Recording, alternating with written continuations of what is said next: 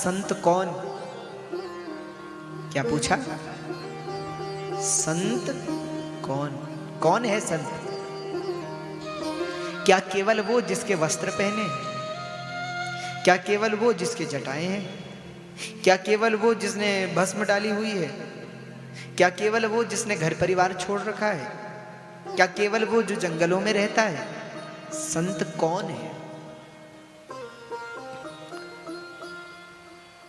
अच्छा, आप लोगों को क्या लगता है संत कौन है? कौन है महात्मा? तो भगवान कपिल देखो कितना सुंदर उत्तर देते हैं। मां तितिक्षवः करुणिका सुहृद सर्वदेहिनां अजात शत्रव शांत साधव साधुभूषण। संत कौन है? जिसमें तितिक्षा है, जिसमें दया है, जिसमें सुहृद की भावना है, जिसमें भगवान के प्रति परम समर्पण है, प्रपन्नता है, अनुराग है, और जिसमें शांति है, वो संत है। जिसके पास बैठकर मन शांत हो जाए, वो संत है। अच्छा देखो, कई बार संत लोग ऐसा नाटक करते हैं कि आपको लगेगा कि ये तो है ही नहीं संत, पर वो बहुत बड़े संत हैं। देखो, संतों को पहचानना बड़ा कठिन काम है। कई लोग हमसे पूछते हैं महाराज संतों को कैसे पहचाने, गुरु को कैसे पहचाने? हमने कहा भैया ये तो बड़ा असंभव काम है। क्यों?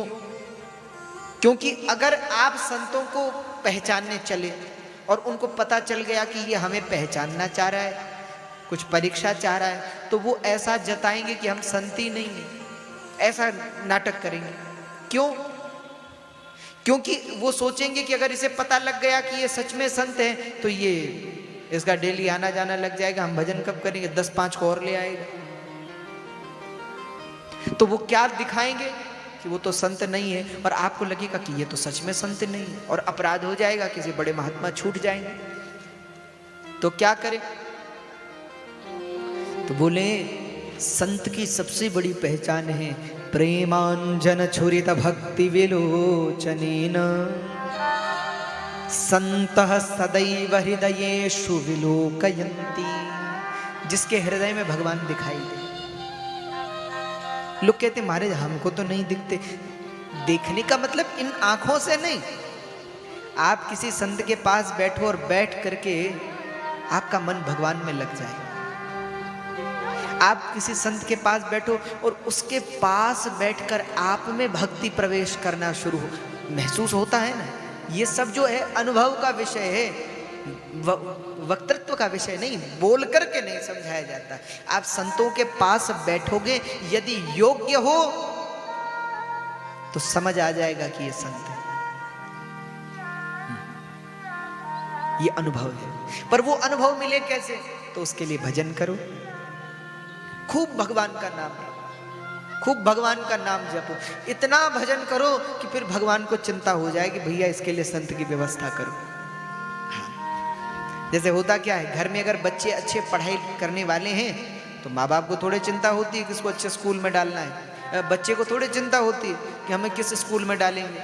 माँ बाप को चिंता हो जाती है कि अच्छा पढ़ने वाला है, इसे तो अच्छे विद्यालय में डालना चाहिए। और वो देखते हैं कि ये कुछ पढ़ाई लिखाई में ऐसा ही है तो उसे कहीं भी डाल देंगे। तो आप मेहनत करो, आप भक्ति करो, आप भजन करो, भगवान आपको स्वयं से भी जोड़ेंगे, किसी संत से भी जोड़ेंगे। पर संत के पास सबसे बड़ी बात क्या चाहिए? समर्पण। आज लोगों में नहीं है। लोगों को लगता है, कई बड़े बड़े धनवान लोग होते हैं ना, उनको लगता है कि जैसे लोग हमें पूछते हैं वैसे संत भी पूछें। तो संत तो उनका ध्यान तो पूंछ पे होता ही नहीं। पूंछ पे किसका ध्यान होता है? रावण का। हनुमान जी जब लंका गए तो रावण सबसे ज्यादा परेशान किससे हुआ? बोलो। उसने कहा और तो जो है सो है, पर इस वानर की पूंछ हमसे नहीं देखी जाती। और किसी दुर्जन से किसी संत की पूंछ नहीं देखी जाती। बात तो, और रोना भी सारा पूंछ का ही है, खुशी भी सारी पूंछ की है। लोग कहते हैं इनकी तो बहुत पूंछ है, इनकी तो बड़ी पूंछ है। और घर में जो वृद्ध लोग हैं वो दुखी होते हैं, हमारी तो पूंछ ही नहीं है। तो रोना तो सारा पूंछ का ही है, खेल तो उसी का है। और रावण से देखी नहीं जाती। रावण कहे कि भैया और जो करो, इस बंदर से कहो इस पूंछ को छिपाए। इतना क्रोधित हो गया रावण। जब हनुमान जी सभा में पहुंचे, रावण ने कहा इस बंदर का क्या करें? तो बोले मारना नहीं चाहिए। विभीषण जी ने कहा मारेंगे नहीं, पर अंग भंग कर दो। अंग भंग पठई बंदर, अंग भंग करके इसके स्वामी के पास भेजो, इसका स्वामी देखेगा तो पता चलेगा। अब हनुमान जी ने सोचा कि कहीं अंग भंग करते समय रावण को अपनी बहन की याद आ गई, तो ये तो नाक कान कटवा देगा। तो भई सहाय सारद में जाना, मां सरस्वती से कहा मां। तो रावण तुरंत बोला, बोले बंदर की पूंछ, हाँ कपि के ममता पूंछ पर। हनुमान जी ने कहा कि जय हो। नाक कान बचने चाहिए, पूंछ तो पीछे, उसे कौन देखता है। अच्छा, संतों को पूंछ से मतलब भी नहीं। हनुमान जी ने कहा चलो पूंछ जाए तो जाए, नाम यश कीर्ति पूंछ हमें चाहिए नहीं, पर नाक कान नहीं कटने चाहिए। भाई राम जी के पास बिना नाक कान के कैसे जाएंगे? तो पूंछ तो पूंछ। अच्छा, रावण ये भी कह सकता था कि पूंछ देव कटवाए, पूंछ को काट दो, पर रावण ने क्या कहा? तेल बोरी पट बांध पुनि पावक देहु लगाए, आग लगाओ इसकी पूंछ में। हाँ। अब जब जब कोई दूसरे पे आग लगाना चाहता है तो पहले खुद ही जलता है। तो रावण ने क्या किया? रावण ने कहा तेल बोरी पट बांध पुनि, कपड़े को तेल में भिगो, पूंछ पे लपेटो और आग लगाओ। पर लंका के लोग बोले, अब जब तैयारी होने लगी कपड़े को तेल में डुबो बांधो जाए, तो एक असुर ने कहा कि अरे तुम तो नाक कटवा दोगे हमारी, तुम तो लंका की नाक कटवा रहे हो। तो किसी ने कहा क्यों? अरे बोले ये बंदर वापस जाएगा, लोग इससे पूछेंगे क्या हुआ, वो कहेंगे पूंछ जलाई। वो पूछे कैसे जलाई, तो कहेंगे कपड़े को तेल में डुबोया तब। और अगर किसी ने कहा कि बताओ लंका में घी नहीं है क्या? एक छोटे से बंदर की पूंछ जलाने के लिए भी तेल, अरे तेल से नहीं, इसकी पूंछ घी से जलाओ। तो जब रावण के सैनिक आए शिकायत करने के लिए रावण के पास, तो उन्होंने कहा रहा न नगर बसन घृत तेला, बोले नगर में घी भी समाप्त और तेल भी समाप्त। तो रावण ने कहा घी के लिए कहा किसने था तुम्हें? तेल ही लगाते। नहीं नहीं मारा। तो कपड़े को खूब बांधा। और हनुमान जी ने तो ऐसा खेल किया, जब जब कोई दुर्जन किसी संत की पूंछ को जलाना चाहता है तो पूंछ जलती नहीं है और लंबी हो जाती है। हाँ, जब जब कोई व्यक्ति चिढ़े कि अरे इनकी तो बड़ी बड़ी पूंछ है, इनकी पूंछ का कुछ करना पड़ेगा, और वो प्रयास करे पूंछ मिटाने का, पूंछ जलाने का, तो भगवान ऐसी कृपा करते पूंछ लंबी हो जाती। पहले तो कम लोग पूछते थे, फिर और पूछना शुरू हो जाते। सब भगवान का खेल है। और ज्यों लगाई पूंछ में आग, और ज्यों लगी पूंछ में आग, तो हनुमान जी तो निकल चले। और रावण जब तक कहता पकड़ो पकड़ो, किसको पकड़े? हनुमान जी ने तो लंका जला दी।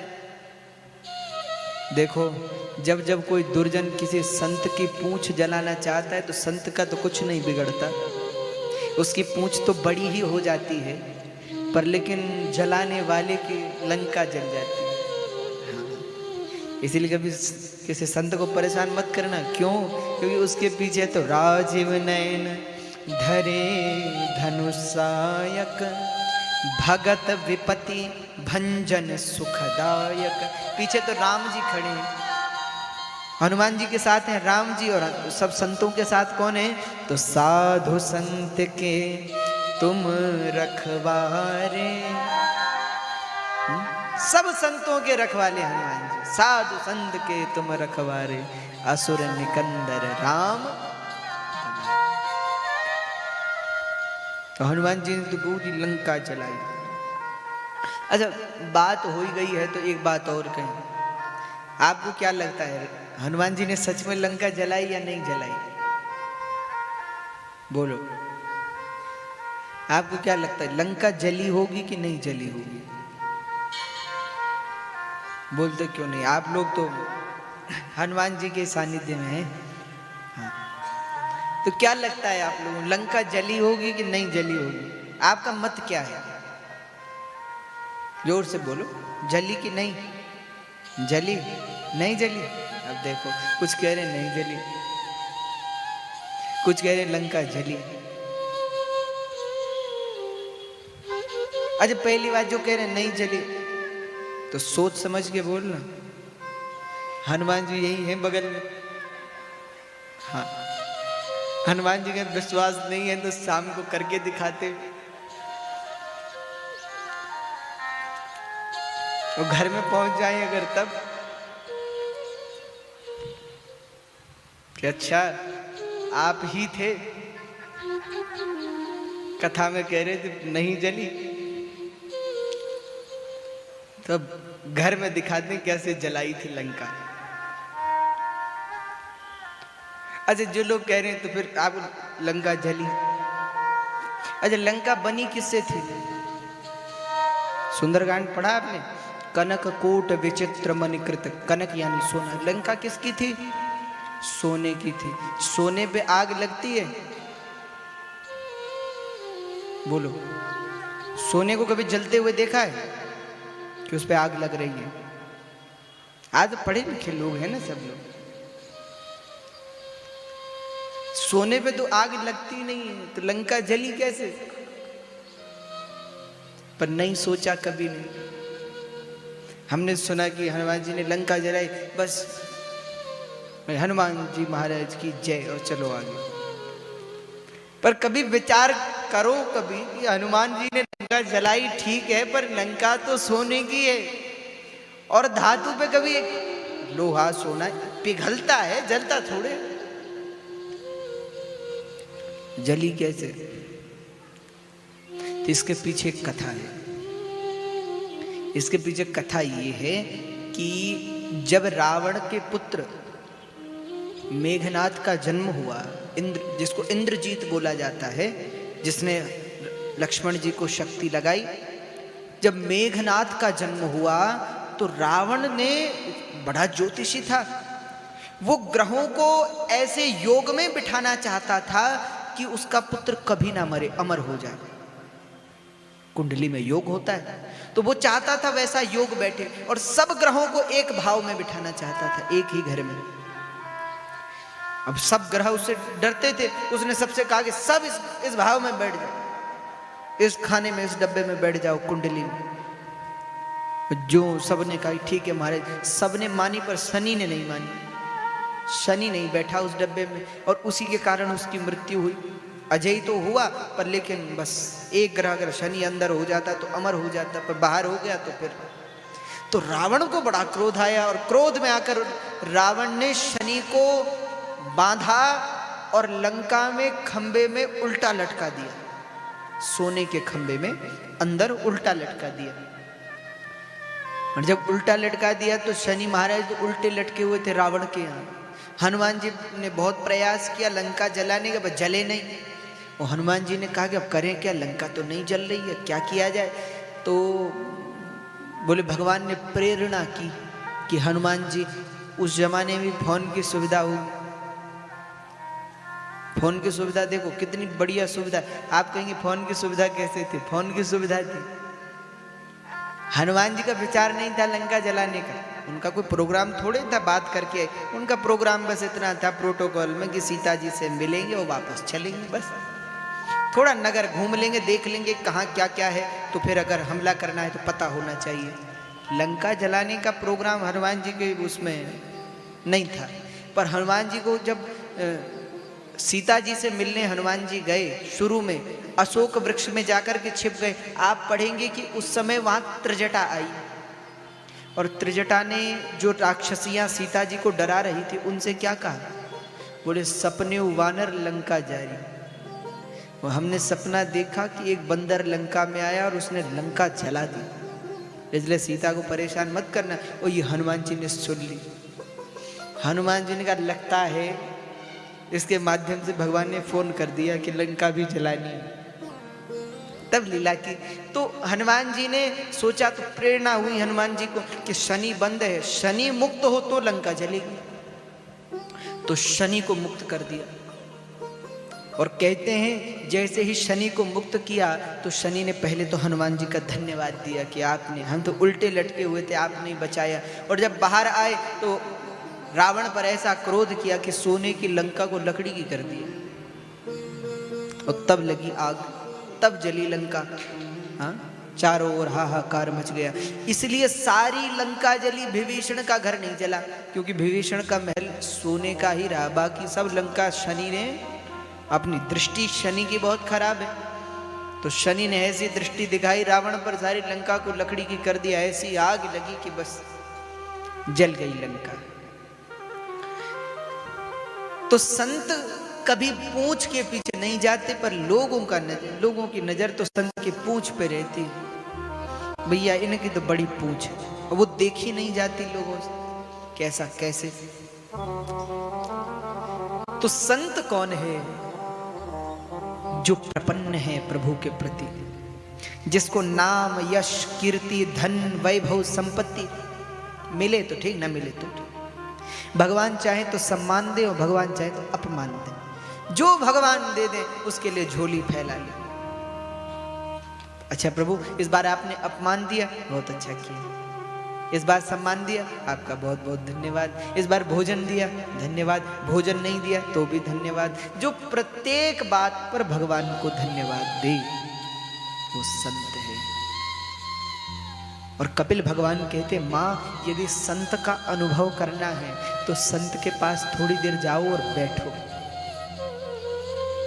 जहां जाकर के आपके आंतरिक जगत की, हृदय की भावुकता छिपी भक्ति प्रकट हो जाए, वही संत है।